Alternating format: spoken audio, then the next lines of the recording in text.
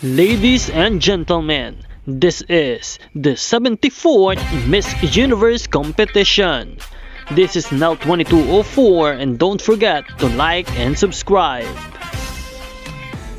Magandang araw Pilipinas! Habang papalapit na ang grand finale ng Miss Universe 2025 ay mas tumitindi ang labanan at mas umiinit ang bakbakan sa bawat araw.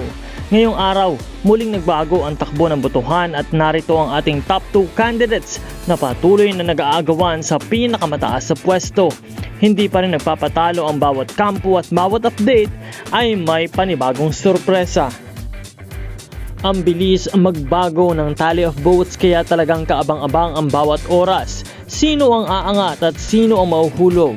Sino ang hahakot ng suporta para manatili sa taas? Kaya naman nandirito ang ating top 2 sa pinakamataas sa voting ranking for the Miss People's Choice. Ibibigay po natin sa inyo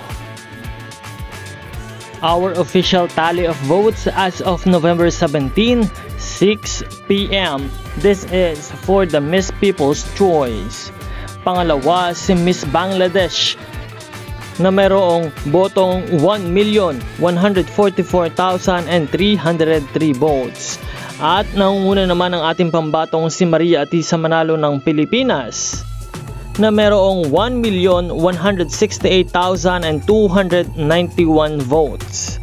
Ito nga po ang ating top 2 na nag-aagawan sa top spot ng Miss Universe voting para sa Miss People's Choice. Patuloy nating iboto at suportahan ang ating pambatong si Maria Atisa Manalo.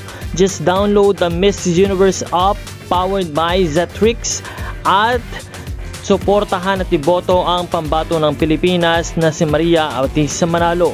Kung wala po tayong pambili ng boto, meron pong free ads na papanoorin upang makuha natin ang free vote. Maraming salamat po sa inyong pagsuporta at maraming salamat sa inyong panonood. Support your favorite candidates and leave a comment.